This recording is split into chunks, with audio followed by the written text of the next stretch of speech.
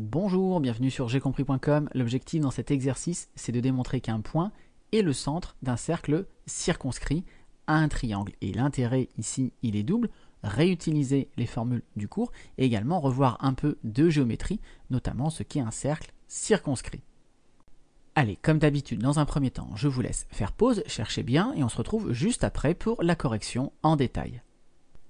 Allez, c'est parti pour la correction et très souvent quand vous avez des coordonnées qui sont simples, je vous invite à faire une figure pour tous ces exercices de géométrie dans un repère. Donc j'ai placé mes 4 points ABCD et dire que le point D c'est le centre du cercle circonscrit, ça veut dire que je peux tracer un cercle de centre D qui va passer par les 3 sommets du triangle ABC. Donc déjà, première chose à bien se rappeler, le cercle circonscrit, c'est le cercle qui passe par les sommets du triangle. Et donc pour démontrer que D est le centre de ce cercle circonscrit, il suffit de vérifier que la distance de D à A, c'est la même que la distance de D à B et que c'est la même que la distance de D à C. À chaque fois, cette distance-là, DB, DC, DA, correspond au rayon du cercle circonscrit. Alors, je vous rappelle que dans le cours, vous avez une formule importante qui permet de calculer la distance entre deux points dans un repère orthonormé, ce qui est bien le cas ici. Donc, on va calculer la distance DA. On va vérifier que pour DB et DC, ensuite, on obtient la même chose. Ainsi, si on trace le cercle de centre D qui passe par A, eh bien, il passera également par B et par C. Alors, si vous n'aviez pas vu la méthode, je vous invite à faire de nouveau pause, essayer de terminer l'exercice et on se retrouve donc juste après pour les détails. Allez, on commence par calculer DA. Donc je vous rappelle que dans la première parenthèse ici, on va mettre l'écart en X, la différence des abscisses. L'abscisse de D, c'est 2. L'abscisse de A, c'est moins 3. Donc je fais la différence de moins 3.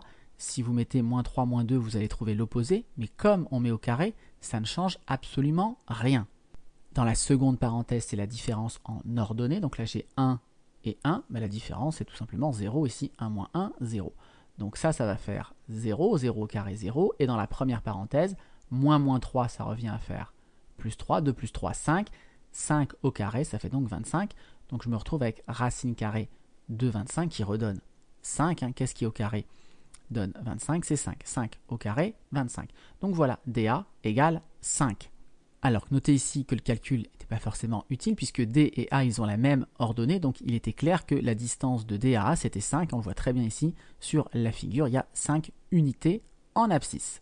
On fait la même chose avec DB, donc la différence ça va être en abscisse entre 2 et 5, donc je fais 2 moins 5 ou 5 moins 2. En ordonnée, la différence ça va être entre 1 et 5, donc je vais continuer à faire 5 moins 1. Donc 5 moins 2 ça me fait 3, 3 au carré ça fait 9. Donc je vais obtenir racine carrée de 9 plus, et 5 moins 1 ça fait 4. 4 au carré, 4 fois 4, 16. Et 9 et 16, on retrouve 25. Et la racine carrée de 25, à nouveau, c'est 5.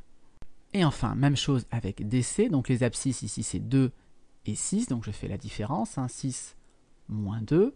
En ordonnée entre 1 et moins 2. 1 moins 2. Donc 6 moins 2, ça donne 4. 4 au carré, ça fait 16. 1 moins 2, donc moins 2, ça fait plus 2. 1 plus 2, ça fait 3. 3 au carré, 3 fois 3, 9. On retrouve 16 plus 9 qui donne 25. Et racine carrée de 25, ça donne toujours 5. On peut donc conclure DA égale DB égale DC. Ainsi, le cercle de centre D qui passe par A va également passer par le point B et le point C. Et donc D est bien le centre du cercle circonscrit au triangle ABC. Voilà, c'est tout pour cette vidéo. Comme d'habitude, si vous l'avez appréciée, n'hésitez pas à la partager et à la liker.